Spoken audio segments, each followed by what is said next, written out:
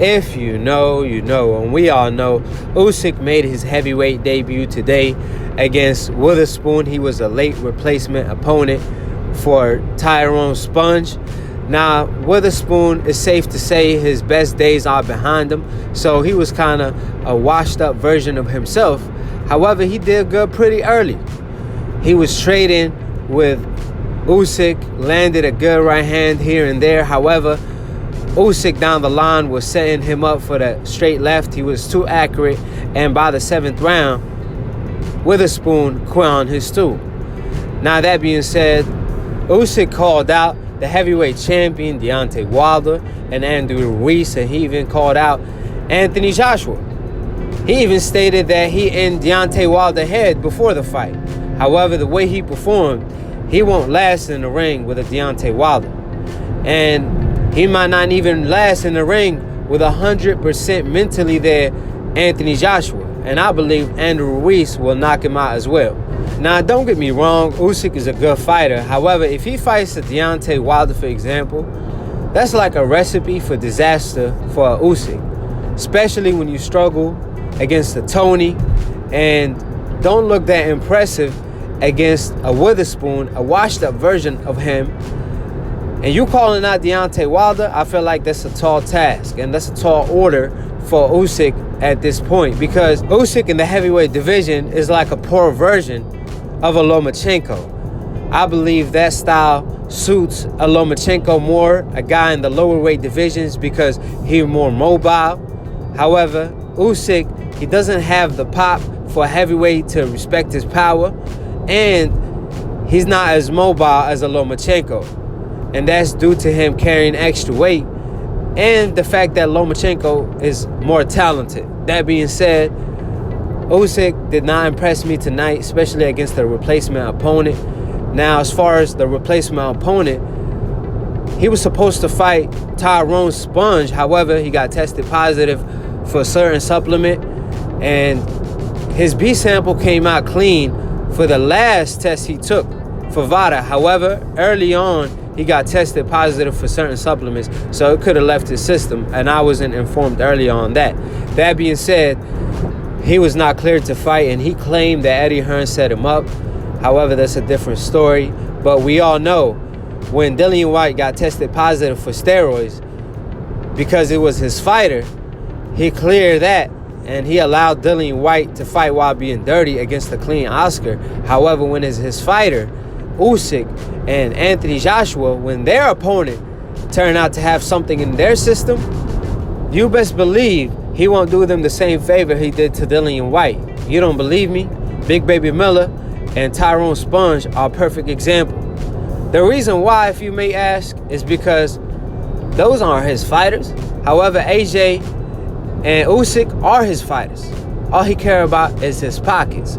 He don't care about boxing and the sake of boxing.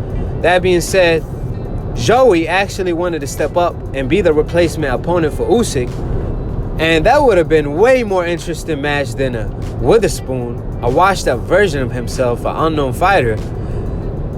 However, Eddie Hearn did to Joey what he did to Ortiz when he promised Ortiz an AJ shot, and he let AJ fight for Ortiz belt against Klitschko, and then ended up dumping Ortiz.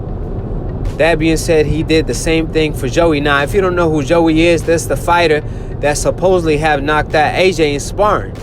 And Eddie Hearn had promised him he would give him an opportunity down the line. Now, the opportunity presented itself. However, Eddie Hearn wasn't about to sacrifice Usyk to no Joey, because he want to make Usyk the mandatory for Ruiz. Matter of fact, he is.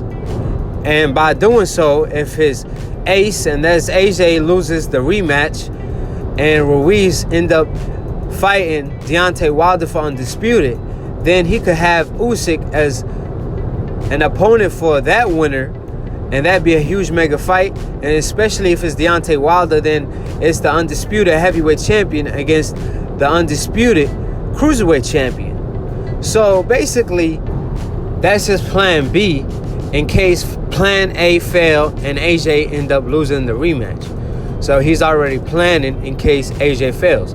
So it's called smart planning. However, at the end of the day, you gave Joey your word, and Joey could have been the next star since he already knocked out AJ in sparring, supposedly.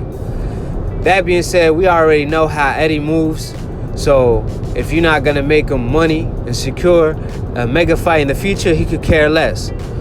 And I find it funny how DAZN was asking Usyk after the fight, oh, this been your longest layoff, trying to throw the narrative out there that he didn't look too impressive because he had a long layoff. And he really didn't. However, it is what it is. I wasn't too impressed, especially against the Witherspoon. I expected way more.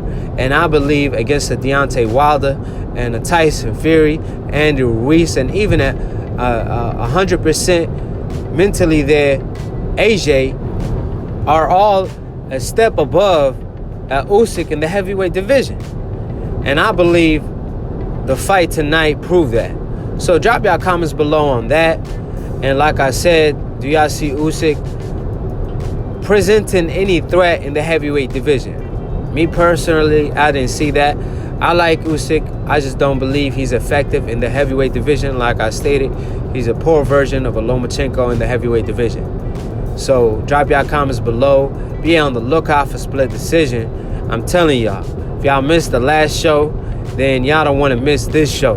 And it's actually a lead up and a build up from the last episode. So be on the lookout for the cookout. We back on the map. And subscribe below if you're trying to get smarter by the minute. If you're trying to get dumber by the second, don't. And listen to these casual fans. Follow Lunatoon Boxing for the funniest boxing memes. Follow me at Aki TV. Click on the notification bell to get notified every time we go live. And to be continued on the next episode of Aki TV. Peace, and we out.